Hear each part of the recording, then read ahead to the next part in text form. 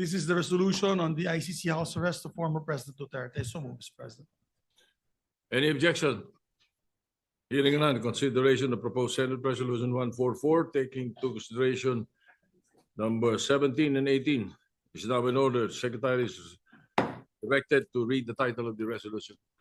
Resolution expressing the sense of the Senate requesting the International Criminal Court to hold former President Rodrigo Roa Duterte under house arrest for humanitarian considerations.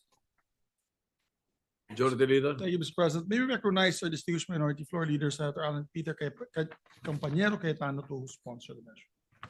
Senator, the Minority Leader, Senator Alan Cayetano is recognized. Thank you, Mr. President. Mr. President, allow me to just say some words that is personal to me as a person, as a Christian, as a Filipino, as a senator of this republic. I remember, Mr. President, na pinag-uusapan kasi yung smuggling ng bigas at nandito po si then Mayor Duterte. In fact, dun muna siya naghintay sa kwarto ni Senator Pia. And in the course of their conversation, tinawag nila ako, we joined. Then may nasabi si Mayor Duterte doon that caught my ear, no? So, sabi niya, Pia, Senator, formal siya, sabi niya, Senators, Senator Pia, Senator Alan, how I deal with criminals in Davao, I take responsibility, and one day, before God, I have to account. Not exact words, but basically ang sinasabi niya, nung na-elect siya, he has to take responsibility, and he knows there is an accounting. Few years later, September 29, 2015, hindi ko po makalimutan, lumipad po ako Davao. I asked him if he's running for president, and I asked him if I could join him.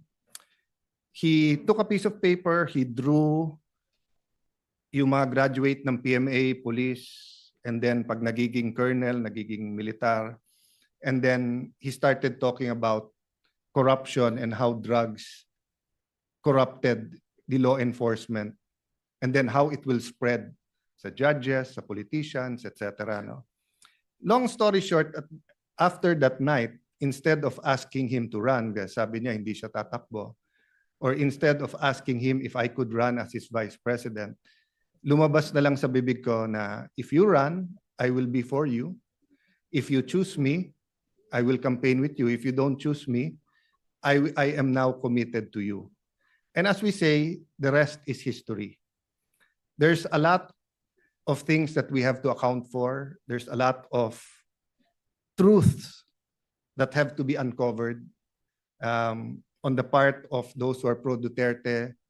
There's a firm belief that it was to protect the human rights of all Filipinos, especially against the menace of drugs. On the side of some human rights activists, tingin nila this is some deranged maniac who just wants to kill everyone. So yun yung extremes. But I remember, I think a year, 2 years ago, I met a pastor, nagkukwentuhan kami. Then he said the prayer, then he told me, you know, Alan, God wants you to know that Duterte is not as good as how his supporters describe him to be. But he is also not as bad as how his detractors want him to be or describe him to be. The point is, Mr. President, we can go back and forth about history, but the wheels of justice is moving, whether here in the country or in the ICC. Having said that, I know 3 things. 1, you are presumed innocent until you're proven guilty. And all human rights activists will say, yung tunay ha, hindi yung nagkukunwari na human rights activist. Ang sasabihin po, yung humanitarian treatment. Meron po kasing nagsasabing human rights activist pero siya, bakit siya? Hindi niya binigyan ng due process at pinatay niya. I can't help but remember people like Rene Sagisag who stood tall here in the Senate na kahit anong baho nung kaso o nung issue, pagtingin niya dapat may magtanggol, pagtatanggol niya. Di ba? Kasi sabi niya, they deserve a lawyer.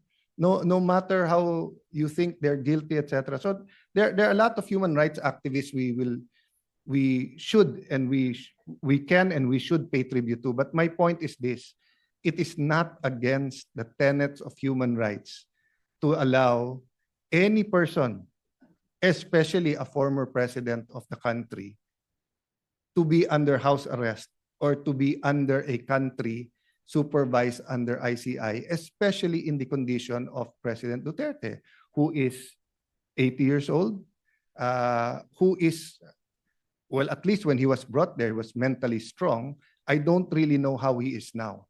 Pero, Mr. President, I mean, tayo, magkakasama tayo nung pandemic. You were Senate President, I was Speaker, Senate Majority Leader, was Majority Leader.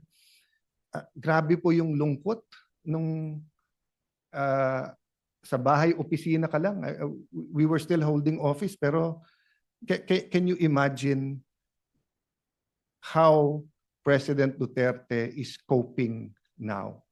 So I'll oversimplify the resolution, and I know members of the Senate, especially the minority, will also speak. No, most of us here served with President Duterte, regardless whether we're always in agreement, disagreement with him. I wasn't always in agreement with him. No, but having said that, Mr. President, ang appeal lang po is humanitarian treatment, and ang appeal po is that we do it as a country. So first step ang Senate, but I'll use this podium to appeal to Malacanang.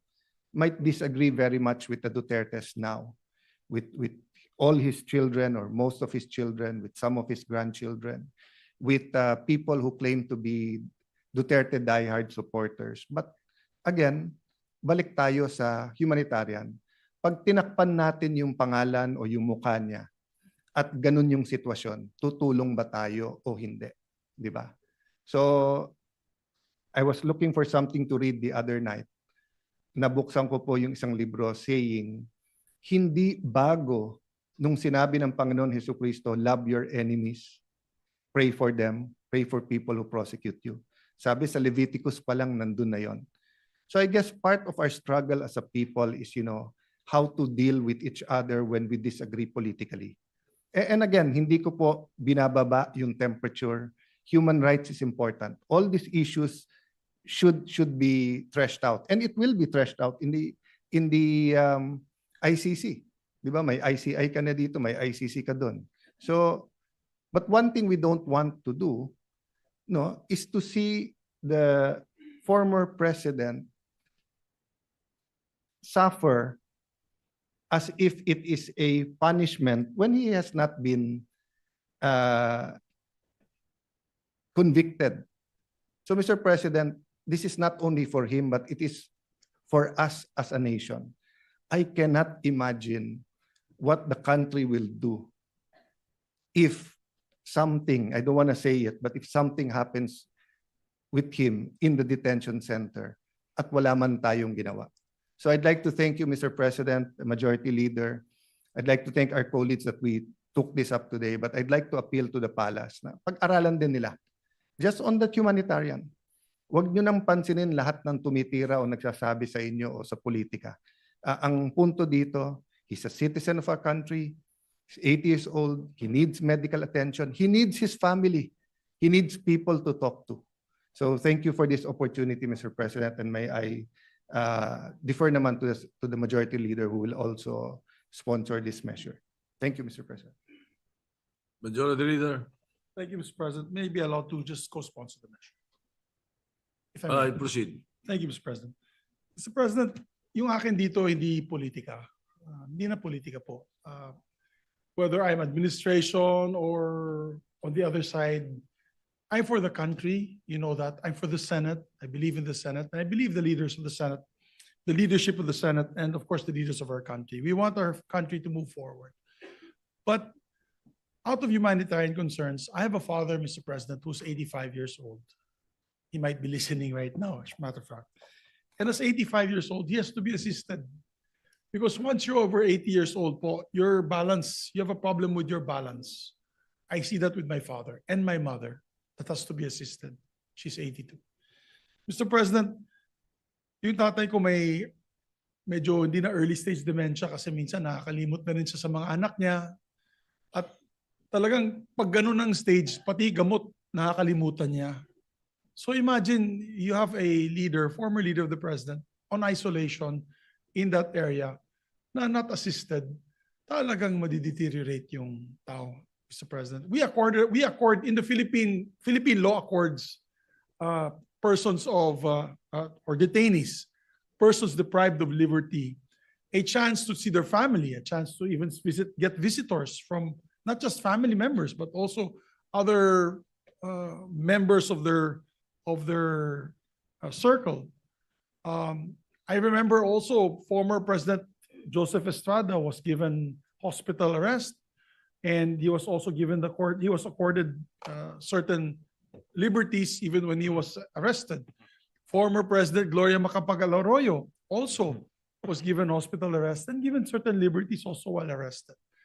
Ako, hindi na po ito politika. Huwag nyo nang isipin, DDS o Marcos or kabila. Hindi po.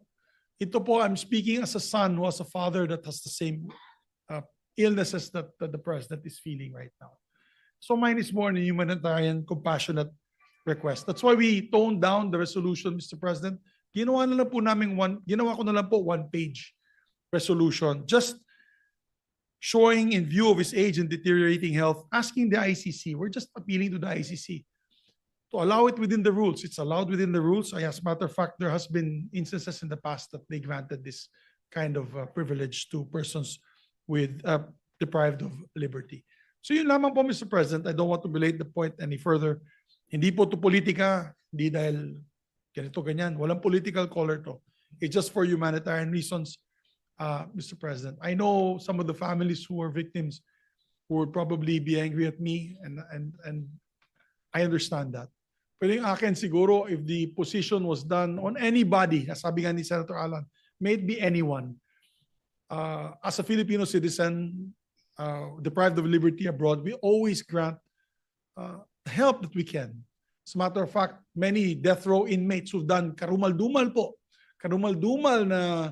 na krimen sa ibang bansa na Pilipino ay binibigyan po natin ng legal assistance. And also, we try to push for their clemency. As a matter of fact, marami pong binigyan ng clemency in Middle East countries requested by the President. So, yun lamang po, Mr. President. And maraming salamat sa ating mga kapatid na nakikinig po sa akin na yun.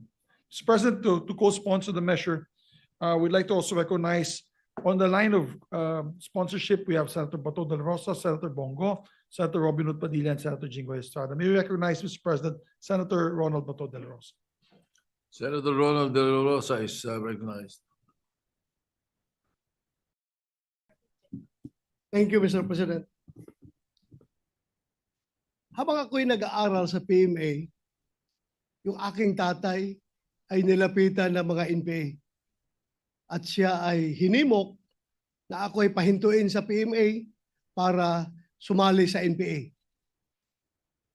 Hindi sumunod ang aking tatay sa kagustuhan ng NPA.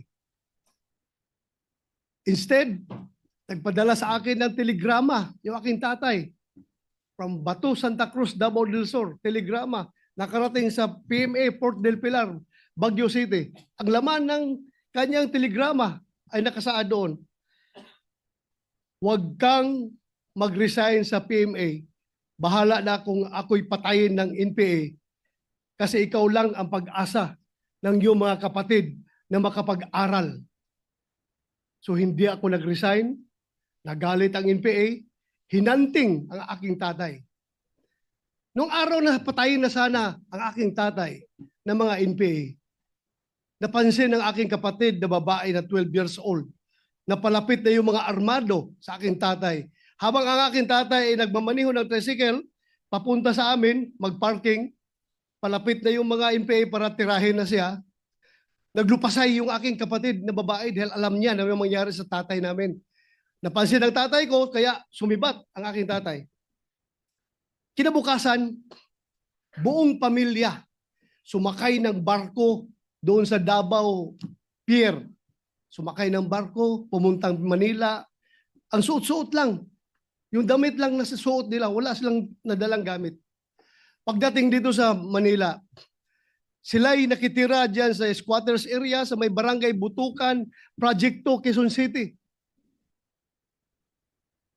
Sa likuran lang ng Quezon City Police District. Pagkatapos, kami ay lumipat na doon sa squatters area pa rin, sa may Batasan, Quezon City.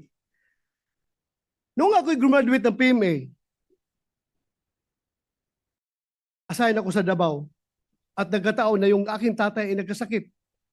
Nung siya nanghihina na, ang pakiusap niya, Dong, pwede ba akong makauwi ng Davao kasi gusto kong lumanghap ng preskong hangin sa Mount Apo at kumain ng kinilaw na isda at uminom ng tuba.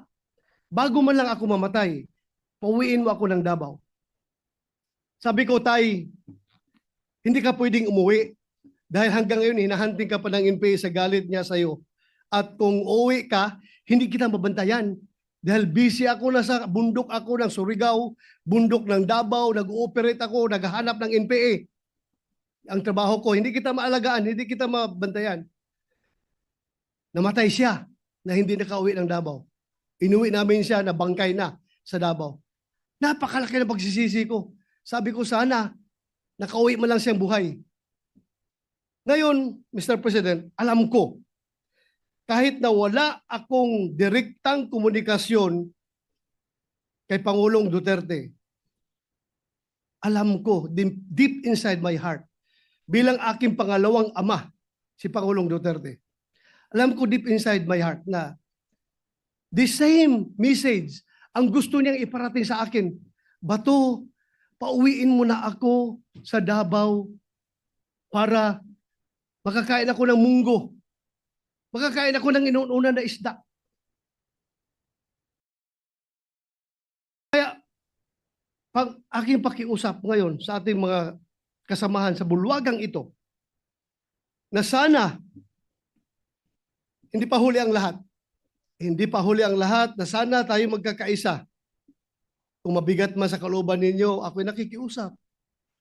Na sana, isang tabi muna natin ang politika at ating paghariin sa ating puso ang ating pagiging Pilipino.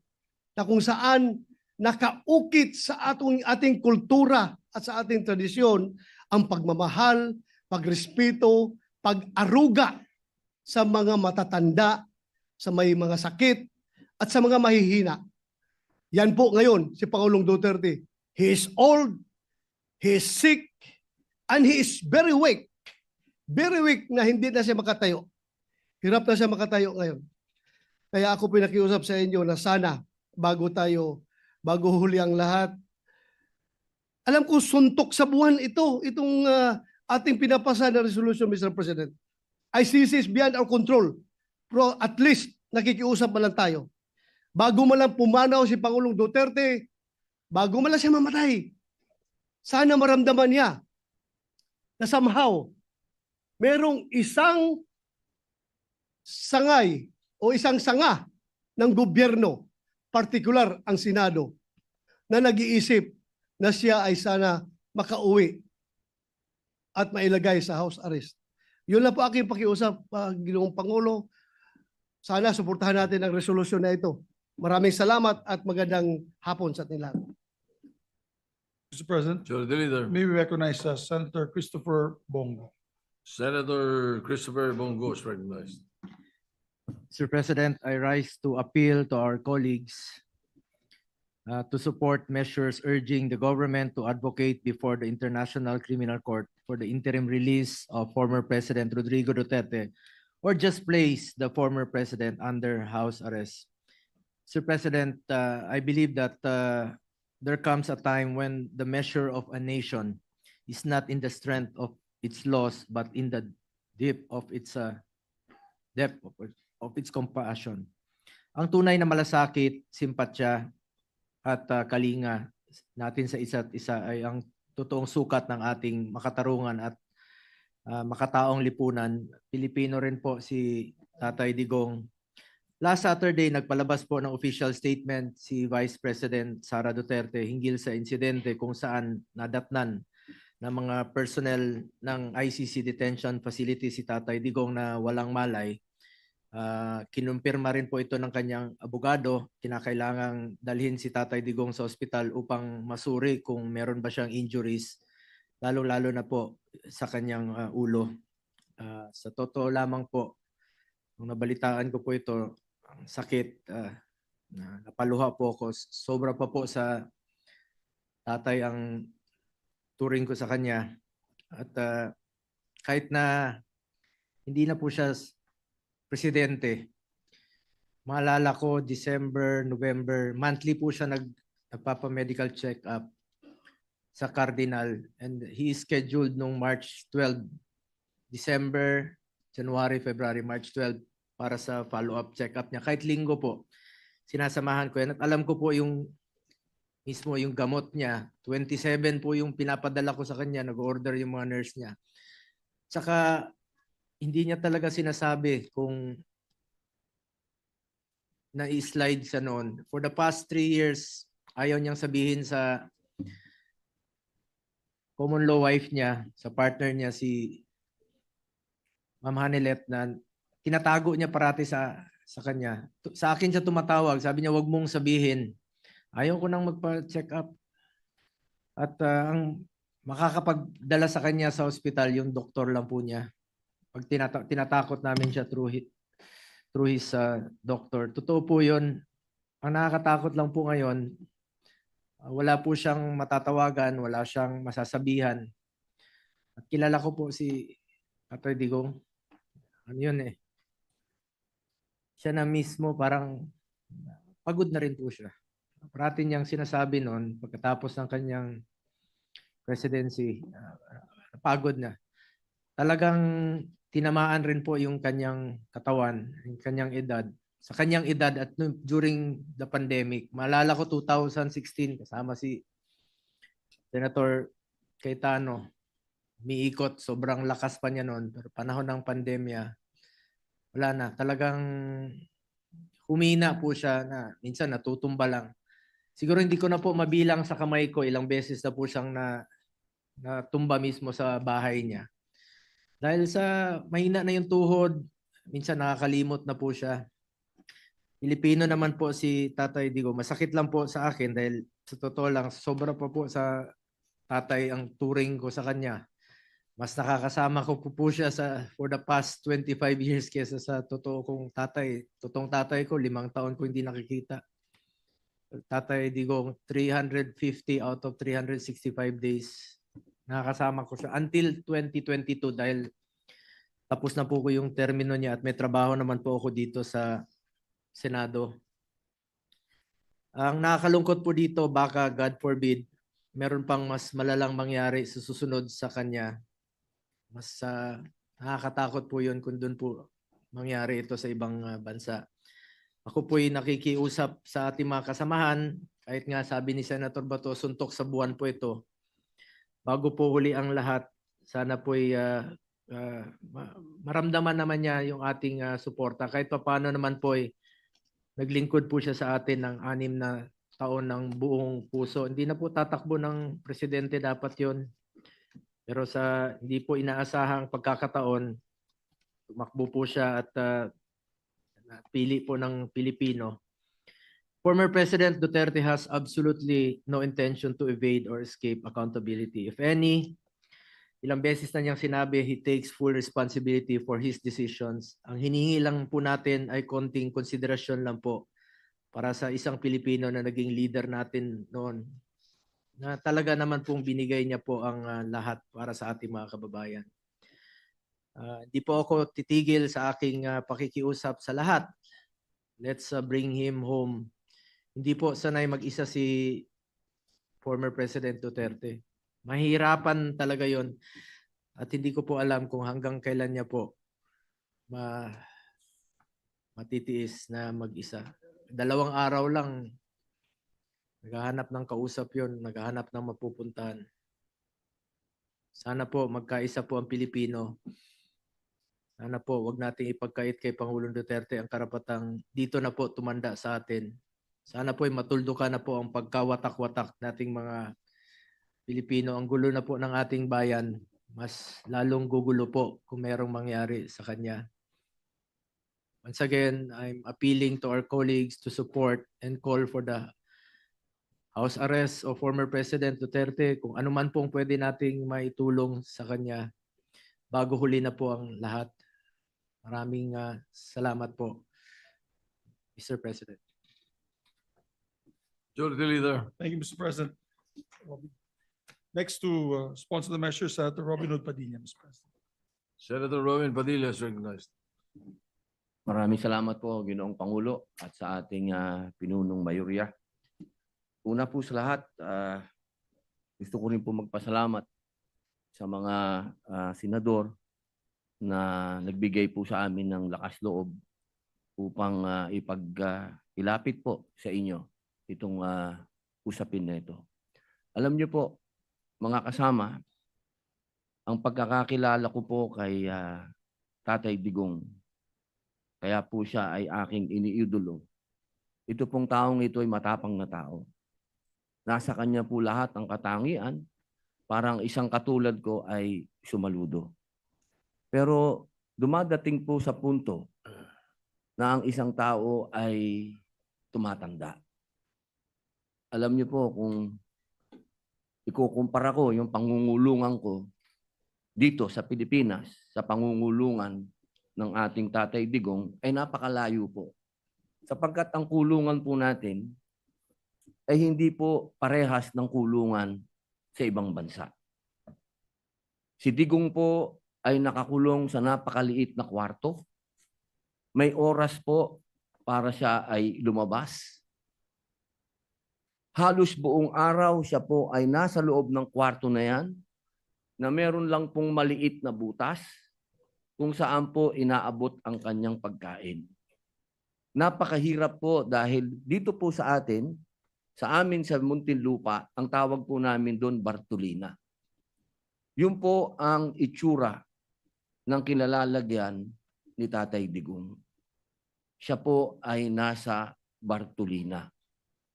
Wala po siya doon nakakausap, wala po siyang nakakakwentuhan, at higit sa lahat, napakahirap po para sa isang nangungulungan na sa ganong edad ay nag-iisa ka, wala pong nag-aasikaso sa iyo. Alam niyo po, ang aking mahal na ina, nung siya po ay nag-umpisa na nagkaroon ng mild dementia, siya po ay 80 years old. Ang aking pong ina ngayon ay 89. Siya po ay may advanced dementia na. Kaya batid ko po kung ano ang hinagpis ng mga nagmamahal kay Tatay Digong. Kung paano po nakakalimot sa kanyang pangalan, nakakalimot sa pangalan ng mga anak niya, nakakalimot sa mga bagay na may kilalaman sa katawan niya, kung kailan siya dudumi, kung kailan siya iihi.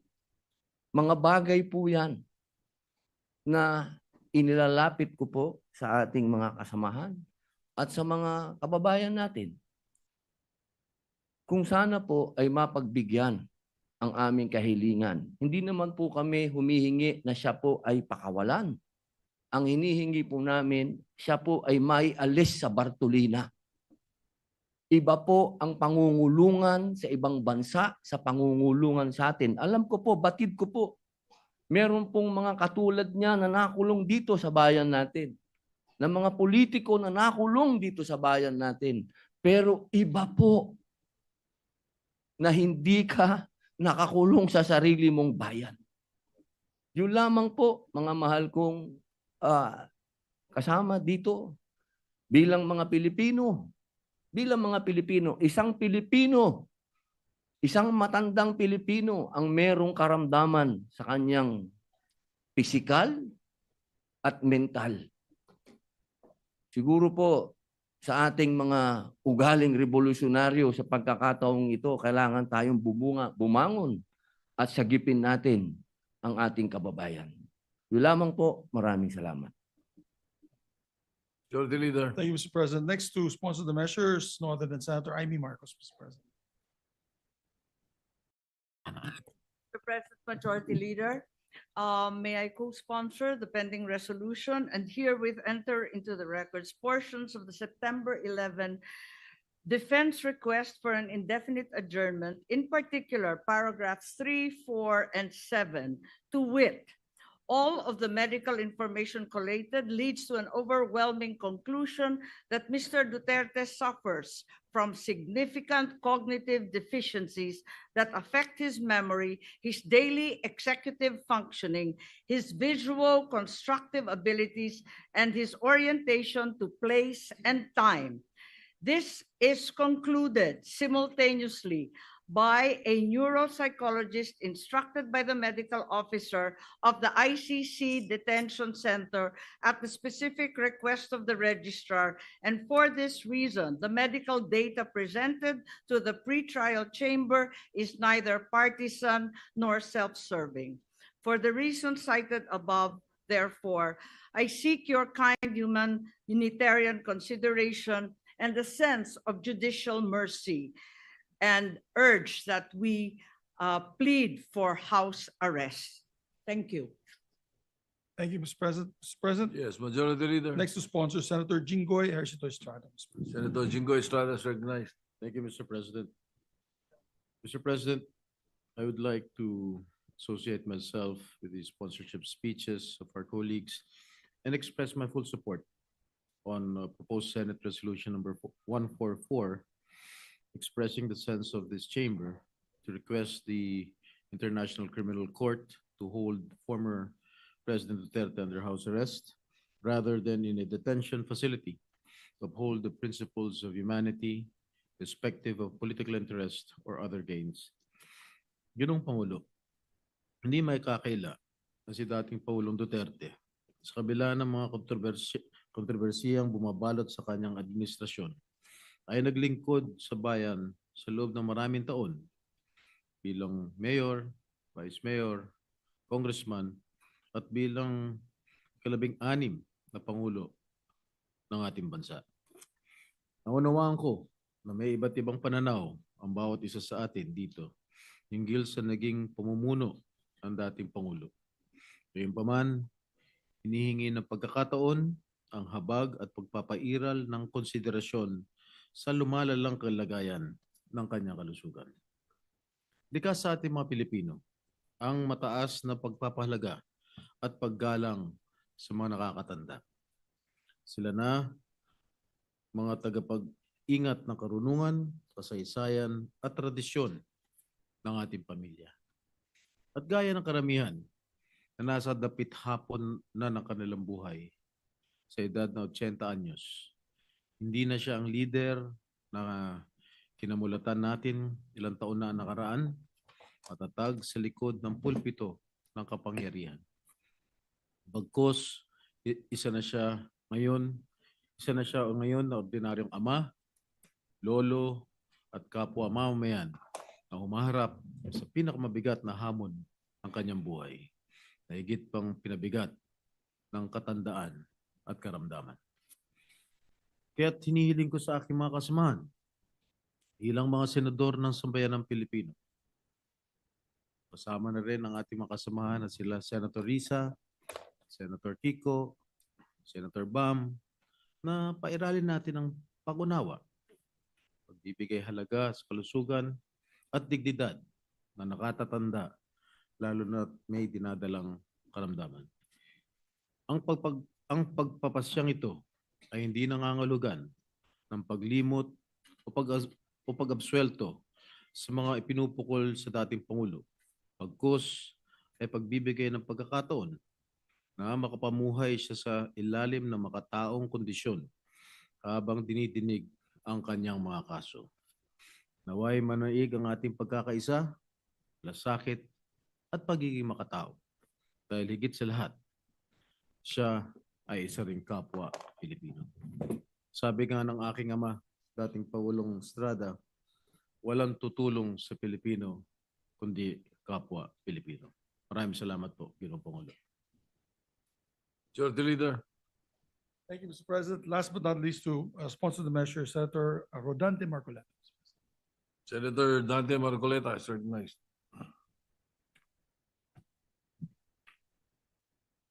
Mr. President, distinguished colleagues, I rise today to co-sponsor proposed resolution number 144, urging the International Criminal Court to hold former President Rodrigo Duterte under house arrest. Nais ko pong linawin na tayo ay hindi humihingi ng kalayaan mula sa proseso. Hindi rin po ito pag-uusga sa merito o katotohanan ng mga kaso laban kay dating Pangulong Duterte. Ang panawagan lamang natin ay para sa isang makataong konsiderasyon. That he be allowed to be placed under house arrest given his age and frail medical condition. Mr. President, justice must never be devoid of compassion. Accountability may be demanded, trials may proceed, but at no point should our humanity be surrendered.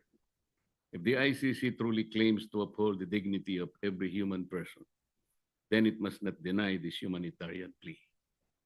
Thank you, Mr. President. President, Majority Leader. yes, I'm stand corrected. Senator Joel Villanueva would like to also. Senator give us- Joel Villanueva is recognized. Thank you, Mr. President. Thank you, Majority Leader. Mr. President, please allow me to express my deepest thanks and gratitude to my colleagues in the minority bloc for pushing for this resolution that I am supporting, Mr. President. Mr. President, I am in favor of this resolution which respectfully urges the International Criminal Court to consider placing our former President, Rodrigo Duterte, under house arrest on humanitarian grounds. Mr. President, given his advanced age and reported health concerns, this measure affirms the principle that compassion and human dignity must never be set aside, regardless of political views, regardless of political color, or even legal proceeding. Mr. President, I am known to be not a fully supporter of the Duterte presidency. I have been the chairperson of the Senate Committee on Labor for quite a long time. And during that time, magkasama po yung migrant workers at Committee on Labor. And every time we hear somebody, a kababayan, ano man yung dahilan na nakulong siya, na aresto sa ibang bansa, ang lagi po nating inisyal na pagkilos ay tulungan yung kababayan nating ibalik sa Pilipinas. Ibalik sa Pilipinas, dito siya litisin, masiguro na napuprotektahan yung kanyang karapatang pantao. Yun ho yung lagi, unang-unang ginagawa po natin. Nakakalungkot po itong mga nangyari. Agree man tayo o hindi sa pagpapadala sa ICC kay Pangulong Duterte. Mr. President, hindi po layunin ng resolusyon na ito na hadlangan ng proseso. Hadlangan ng proseso ng batas, hindi po layunin. Hindi rin po layunin na magsabi kung siya po ay may sala o wala. Ang panawagan po ng resolusyon na ito ay para sa isang makataong pagtrato. Isang paglapit na nagpapakita na ang hustisya ay maaari pong isabuhay ng may habag at malasakit. This representation, Mr. President, recognizes the national sentiments expressed in these two resolutions, Senate Resolution number 17 and 18. Gayunpaman, Ginoong Pangulo, naniniwala po ang kinatawan na ito na ang resolusyon na ito ay naghahangad na makamit o ma-strike yung balance, Mr. President, sa pagitan po ng paggalang sa mga international na proseso ng batas at ang pagtatanggol sa makataong pagtrato sa isang kapwa Pilipino. Anuman po ang kanyang dating posisyon. Naniniwala po ang representasyon na ito, Mr. President, na ang hustisya ay dapat ipaglaban. Pero hindi kailanman kapalit ang ating pagiging isang makataong lipunan. Maraming salamat, Ginoong Pangulo.